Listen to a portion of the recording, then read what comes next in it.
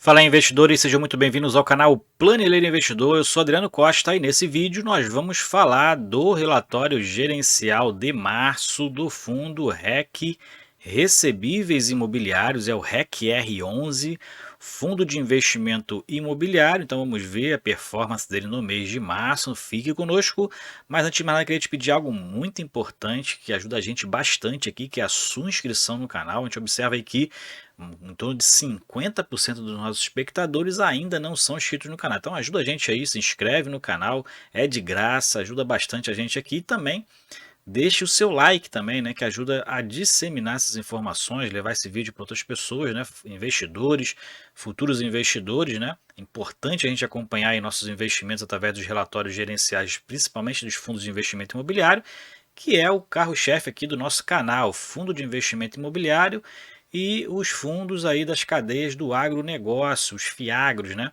Fundos de investimento na cadeia do agronegócio. Então, fique conosco aí, né?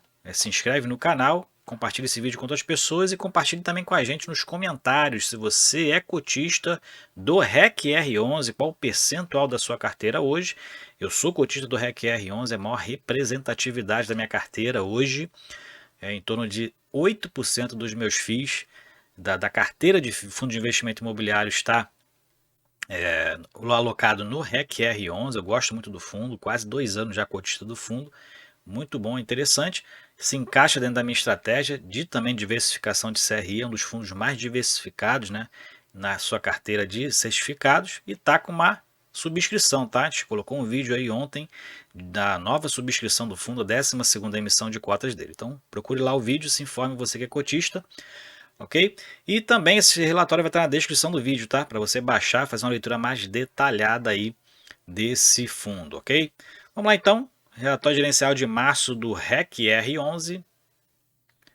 Como eu falei, um fundo de papel, mas que tem uma preponderância de investimento em CRIs, né? Investe aí principalmente em CRIs, tem algumas cotas de fundo imobiliário, né, ali dentro da sua carteira, mas preponderantemente o principal objetivo é investir em CRIs. Ele que é administrado pela BRL Trust, tem como consultor de investimento a REC Gestão de Recursos, né, que é o gestor do fundo, né? REC Gestão de Recursos. Tem a rentabilidade alvo aí, é um IMAB mais 1%. A gente vai ver esse percentual mais para baixo lá quando fazer uma análise do portfólio da receita, né? Então fique ligado aí. Patrimônio hoje já ultrapassa 2,3 bilhões de reais e o valor de mercado, ó, um dos poucos fundos que está acima do valor patrimonial, né? Normalmente os fundos de papel que estão nessa característica acima do valor patrimonial, né? Os fundos de crédito. Então, 2,4, quase 2,5 bilhões de valor de mercado. Taxa hoje de administração, 0,20% ao ano, consultoria 1% ao ano sobre o patrimônio líquido, e não tem taxa de performance, que também é uma raridade, né? Os fundos aí de papel, principalmente de CRI, né? Raridade não ter taxa de performance. Por isso mesmo eu gosto muito do fundo. Outras informações aqui, ele é para investidores em geral, né? Prazo indeterminado, investidores em geral, tem mais de 24 milhões de cotas emitidas e mais de 155 mil cotistas. Então, se você é um deles assim como eu, escreve aí no canal, se inscreve, ativa o sininho de notificações, se inscreve lá também no nosso grupo do Telegram, né, que está na descrição do vídeo, para você ficar ligado nos vídeos que a gente posta todos os meses, religiosamente a gente posta vídeo aqui analisando a gestão, acompanhando na verdade o que a gestão está fazendo no fundo. Então se inscreve aí, o código de negociação no fundo, o código de negociação na B3 é REC-R11. Então aqui entrando no objetivo do fundo, na gestão ativa, né, renda fixa de natureza imobiliária. Para quem não sabe, CRI é considerado renda fixa. Você pode investir diretamente através do seu banco, por exemplo, né? Tem ali um investimento mínimo e ele é isento de imposto de renda. É isento de imposto de renda os CRIs. E tem também os CRAs, né, os CRAs, que são o objetivo-alvo aí dos fiagros de crédito, né? Os fiagros de crédito também são focados nos CRAs, que também são isentos de imposto de renda. Bom, valor acumulado nos últimos 12 meses, distribuição de rendimento, ele está em 14,1%, né? Mesmo assim o fundo está com uma desvalorização em torno de 5% nos últimos 12 meses, né? Mas distribuindo em 14,1% líquidos de imposto de renda, tá? Porque os proventos dos fundos imobiliários são isentos de imposto de renda, então é 14% limpo, limpo, limpo, limpo na sua mão. todos os meses, né? O que equivale a 219% do CDI, só que normalmente os CDBs, por exemplo, né, tem imposto de renda ali que você tem que pagar. Então, o CDI líquido de tributo, o fundo está aí equivalendo a 258% do CDI. O fundo distribuiu aí de dezembro de 17 até março de 22, o equivalente a 65,9%, né? E o CDI nesse período acumulado está em 24,5%. No mês de março, né, o fundo vai pagar aí no dia 14 de abril, o resultado aí de março, o fundo distribuirá mais de 33 milhões de reais, R$ 1,37, né, praticamente 37 centavos de provento. Opa.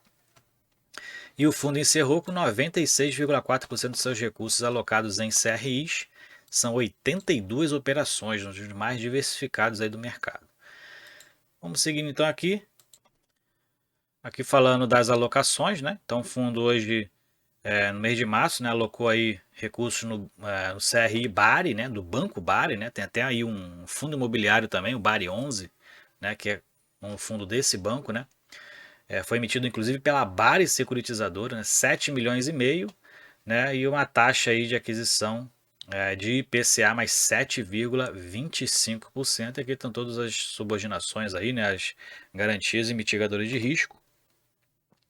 CRI SG Laguna 2, fundo adquirindo também 6 milhões e meio desse CRI, a uma taxa de IPCA mais 9,5% ao ano. CRI Fazano Salvador, adquirindo novas cotas, né? Novas cotas aí do fundo. Então já tinha na carteira, inclusive o Laguna também, 20 milhões de reais e meio, 20 milhões e meio de reais, né? IPCA mais 8,20%. Fundo imobiliário Suno SNCI 11, né, o Suno Crédito.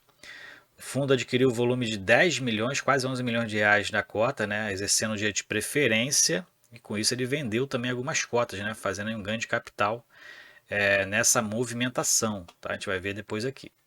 Então fez uma flipagem da posição, né, adquiriu a cota aí mais barata do que no mercado, depois vendeu no mercado aí e obteve um ganho de capital, como a gente vê aqui, ó. Ele adquiriu lá 10 milhões, vendeu 9 milhões e 300 e teve um ganho de capital de 184 mil reais.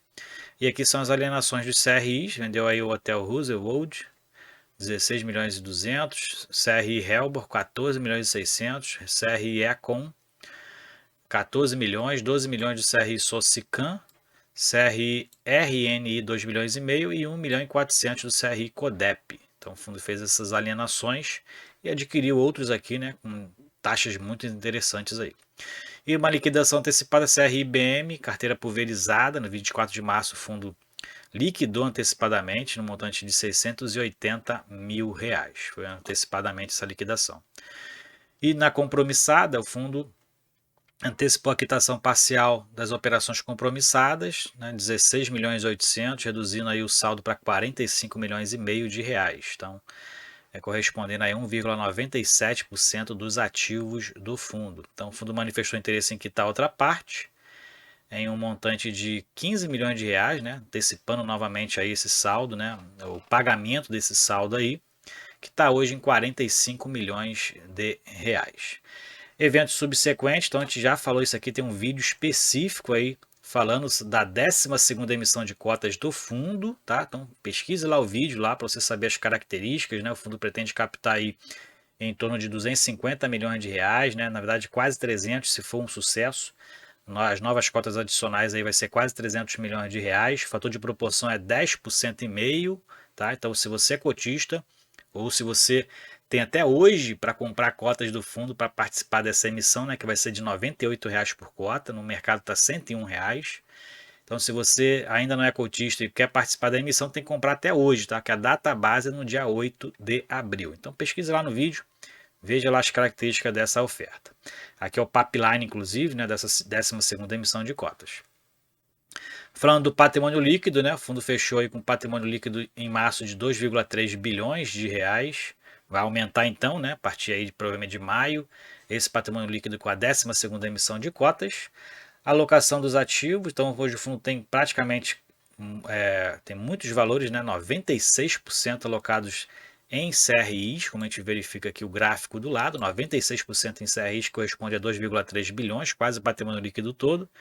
0,5% em FIIs, né, 11 milhões e 300, praticamente quase na Suno Crédito, né? E caixa 3%, né? 3% aí alocados em instrumentos de caixa, 74, quase 75 milhões de reais. Aqui é o portfólio do fundo, como ele já adiantou, 82 CRIs na sua carteira, a maioria indexado pelo IPCA, mas tem aí CDI, tem alguns ainda como IGPM, mas tem uma carteira muito diversificada, né? Em CRIs, é interessante isso, gosto muito dessa questão. E aqui tem a parte qualitativa, que você pode depois baixar o relatório aí, se interessar em ler em alguma característica de algum CRI. Tem aqui todos os CRIs aqui e as suas características aí qualitativas, tem a quantitativa naquele quadro. Hoje o fundo tem aí a característica que ele investe mais em CRIs corporativos, né? Até mesmo é um mitigador de risco, né? Porque aqui tem também a pulverizado 34%, né? São CRIs que tem um volume de contratos ali de mutuários um pouco maior. O corporativo normalmente ele é emitido para empresas, né? Então tem um contrato mais concentrado. Dentro da distribuição por indexador, como eu falei, a maioria IPCA 78%, seguido do CDI com 16%, depois tem umas parcelas menores ali em outros indexadores. Aqui são pelas instituições, né? Aqui na verdade é os segmentos, né? Então a maioria é incorporação, loteamento, né? Investimentos imobiliários. Então tem uma concentração maior em CRIs corporativos. Aqui pelas securitizadoras, aqui é uma localização dos estados, né? Na maioria em estados litorâneos, né? Que beira a costa, né? A exceção aqui de Minas Gerais, Goiás e Mato Grosso. E aqui falando da DRE gerencial, né? O título ficou aqui em cima, mas a DRE gerencial. Fundo então em março, né? Teve aí uma das melhores receitas dos últimos 12 meses, né? Com exceção de dezembro, né? 35, quase 36 milhões de reais de receita. Por isso mesmo tem uma distribuição muito interessante, né? De R$ 1,36, né? R$ 1,37. O fundo teve aí um resultado, um lucro líquido pelo regime de competência de 33,1 milhões, semelhante também no regime de caixa, então praticamente todos aí foram recebidos, né? Do mês de... Normalmente esses cálculos aí tem um M-1 e M-2, né? Então normalmente são ali os juros e correção monetária de janeiro e fevereiro, né? Então teve aí um lucro líquido de caixa interessante de 33 milhões de reais e distribuiu 33 milhões 186, semelhante ao lucro líquido pelo regime de competência. Então, um fundo com resultados muito interessantes, já distribuindo acima de R$1 já há muito tempo, né? Nos últimos 12 meses, sempre distribuindo acima de 1%. Então, muito interessante o fundo aí, inclusive. Aqui, terminando aqui, então, a gente falando da rentabilidade, né? Falando do IMAB lá, ó, comparativo com o IMAB, que é a rentabilidade-alvo do fundo, IMAB mais 2%, se eu não me engano. Então, a rentabilidade-alvo aí nesse período de dezembro de 2017 até hoje era em torno de 54%, e o fundo aí rentabilizando 67%, né, nesse período. E aqui a gente vê a rentabilidade média de 1,18% nesses últimos 12 meses, como eu falei, todos os meses aí distribuindo acima de 1%, e no mês de março foi de 1,37%. No mês então de 2022 já está com R$ 3,66 de distribuição nesses 3 primeiros meses, uma média aí de R$ 1,20 por mês de distribuição. E a liquidez, o fundo tem uma liquidez também interessante, né? 5,3 milhões de reais por dia, a média diária de liquidez no mês de março. Foram 116 milhões de reais de volume de negociação no mês de março, e o preço variou entre R$ 98,50 e R$ 101,70. Então também tem uma pequena volatilidade, né? Interessante também isso aí, essa questão do fundo, ok? Então é isso. Relatório gerencial do fundo REC-R11, relatório de março de 2022. Se você gostou do vídeo, deixe o seu like, se inscreva no canal e compartilhe com a gente se você é cotista do REC-R11. É uma das maiores posições da minha carteira, na verdade é a maior, 7% da minha carteira. Compartilhe com a gente nos comentários. Fique com Deus, até o próximo vídeo. Tchau, tchau.